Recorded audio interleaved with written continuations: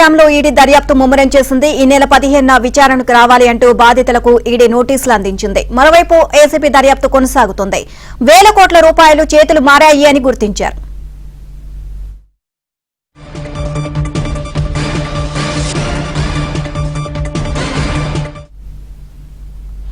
Overall గా ఇదే అంశానికి సంబంధించి మరిన్ని అప్డేట్స్ మా క్రైమ్ కరెస్పాండెంట్ ప్రవీణ్ అడిగి తెలుసుకుందాం. ప్రవీణ్, మొత్తం కూడా ఈ గొర్రెల స్కామ్ కి సంబంధించి ఈడీ దర్యాప్తు ముమ్మరం చేసిందనే చెప్పాలి. దీనికి సంబంధించి ఓవరాల్ గా అప్డేట్స్ ఏంటి? గొర్రెల స్కామ్ కేసులో ఇప్పటికే ఏసీబీ అధికారులు నమోదు చేసినటువంటి ఎఫ్ఐఆర్ ఆధారంగా చేసుకుని ప్రస్తుతం ఈడీ కూడా రంగంలో దిగింది. ఈడీ కూడా ఈ కేసును దర్యాప్తు వేగవంతం చేసింది. ఈ నెల 15వ తారీఖున వ్యక్తిగతంగా విచారణకు రావాలంటూ కూడా గొర్రెల స్కామ్ లో ఉన్నటువంటి బాధితులు ఎవరైతే ఉన్నారో వాళ్ళకు నోటీసులు కూడా ఈడీ ఇచ్చింది. మరోవైపు ఈ కేసులో కీలకంగా వ్యవహరించినటువంటి తలసాని శ్రీనివాస్ యాదవ్ ఓఎస్డీ కళ్యాణ్ కూడా అరెస్ట్ చేయడం జరిగింది. మరోవైపు సుదీర్ఘంగా సోదాలు చేసింది, విచారణ జరిపింది. దాదాపు 1000 కోట్ల వరకు కూడా ఈ కేసులో స్కామ్ జరిగిందనేది ప్రస్తుతం ఈడీ అధికారులు భావిస్తున్నారు.